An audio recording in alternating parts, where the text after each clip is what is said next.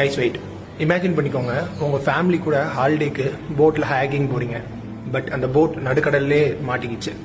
உங்களால் கரைக்கு திரும்ப வர முடியல. பட் உங்களுக்கு வயசு 13 தான். இந்த சுச்சுவேஷனில் நீங்கள் என்ன பண்ணுவீங்க? ஸோ நீங்கள் ஒரு அழகான ஸ்டோரி பார்க்க போகிறோம். ஒரு 13 வயசு பையனோட பிரேவான ஸ்டோரி பார்க்க போகிறோம். ஸோ ஃபுல்லாக தெரிஞ்சுக்க வீடியோ பாருங்க.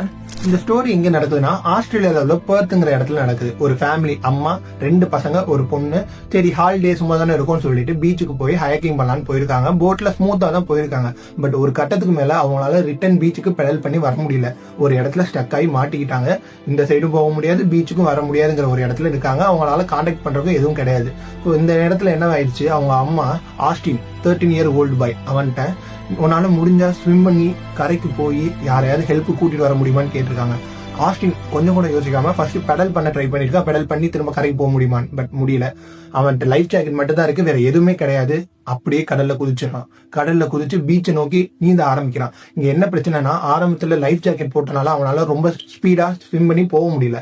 அதனால ஒரு கட்டத்துக்கு மேல லைஃப் ஜாக்கெட்டையும் கலட்டிட்டு எந்த ஒரு உபகரணமும் இல்லாம உடம்புல ஸ்விம் பண்ண ஆரம்பிச்சிட்டான். என்ன பிரச்சனைனா, அலைகள் அதிகமா அடிக்க அடிக்க மூச்சு திணறல் எல்லாமே ஏற்பட்டாலும் ஒரு கட்டத்துக்கு மேல அவனுக்கு நடந்த நல்ல ஹாப்பியான மூமெண்ட்ஸ் எல்லாம் யோசிச்சுக்கிட்டு, அவனோட ஃப்ரெண்ட்ஸை பத்தி யோசிச்சுக்கிட்டு, ஃபேமிலி பத்தி யோசிச்சுக்கிட்டு நீந்த ஆரம்பிச்சுன்னு சொல்றான்.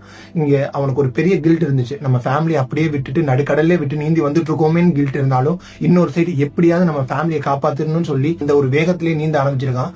மொத்தம் 4 கிலோமீட்டர் 2.5 மைல்ஸ் நீந்தியே வந்திருக்கா. 4 மணி நேரம் எடுத்திருக்கு. நடுக்கடல்ல அலை மோதிர கடல்ல நீந்தி இருக்கா.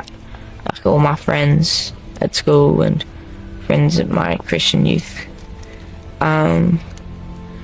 And yeah, I just said, alright, not today. I have to keep on going. கரைக்கு வந்துட்டு உடனே ஹெல்ப் கிடைச்சிச்சுன்னா அதுவும் கிடையாது. ஏன்னா கரையில ஃபுல்லா ஃபாரினர்ஸா இருந்திருக்காங்க.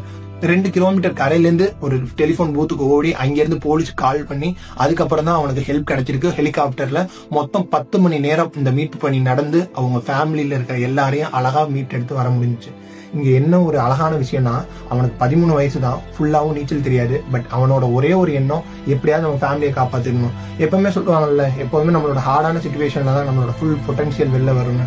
ஸோ ஃபேமிலிக்காண்டி எல்லாமே பண்ணக்கூடிய ஒரு இடத்துல அந்த ஒரு 13 வயசு பையன் இருந்திருக்கான். இந்த ஸ்டோரி அழகா இருந்துச்சு கேட்கறதுக்கு, அதனால உங்களுக்கு சொல்லணும்னு ஆசைப்பட்டேன். நாளைக்கு இன்னொரு அழகான கண்டென்ட்டோட வரேன். பை.